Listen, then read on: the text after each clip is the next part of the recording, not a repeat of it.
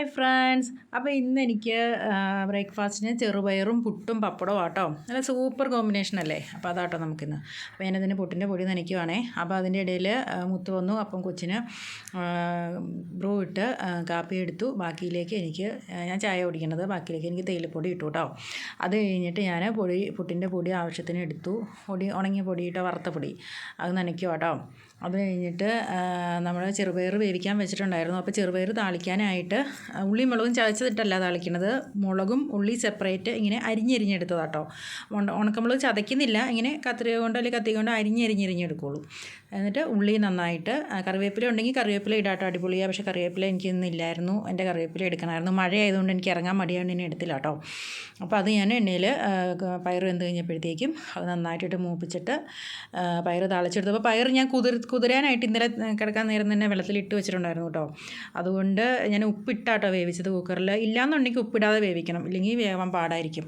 അപ്പം അത് റെഡി ആയിട്ടുണ്ട്. അത് കഴിഞ്ഞപ്പോഴത്തേക്കും അത്രയും ചെയ്തപ്പോഴത്തേക്കും തന്നെ എൻ്റെ അടുക്കള അത്യാവശ്യം നല്ല രീതിയിൽ നിരന്നു. അപ്പം ഉണക്കമുളക് സാധനങ്ങളെല്ലാം ഇരുന്ന സ്ഥലത്തേക്ക് എടുത്ത് വെക്കും കേട്ടോ. അടുക്കളയിൽ എന്തെങ്കിലും ഒരു സാധനം ഒരു ഇച്ചിരിയെങ്കിലും നിരന്നവർ കിടന്നാൽ എനിക്ക് ഒട്ടും ഇഷ്ടമല്ല കേട്ടോ. വേറെ എന്ത് പണിയുണ്ടെങ്കിലും എന്താണെങ്കിലും അത് ചെയ്തിട്ടുള്ളൂ ഞാൻ വേറെ കാര്യം ചെയ്യുള്ളൂ. അത് അങ്ങനെയാണ്, ഒരു തുള്ളി വെള്ളം കിടക്കുന്ന പോലും എനിക്കിഷ്ടമല്ല.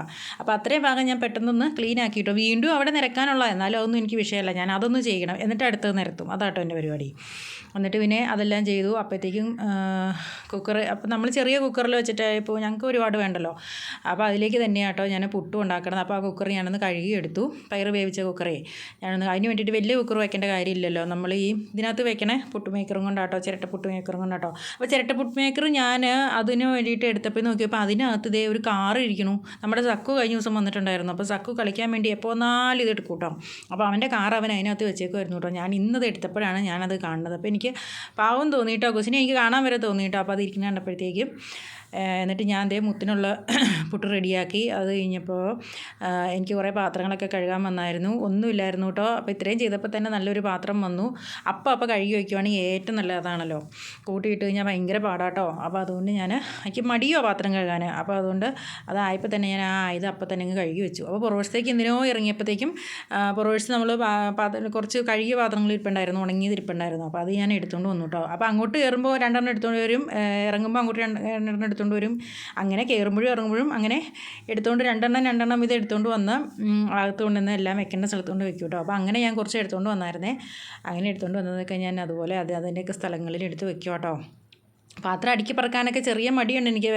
വേറൊന്നുമല്ല, അതിനൊരു മൂഡ് വേണം നമുക്ക്, എന്നാൽ മാത്രമേ അത് ചെയ്യുള്ളൂ. അപ്പോൾ തോന്നിയപ്പോൾ തന്നെ അപ്പം തന്നെ അത് ചെയ്തു കേട്ടോ. അപ്പോൾ ഇതാണ് എൻ്റെ ബ്രേക്ക്ഫാസ്റ്റ്. ടാറ്റാ.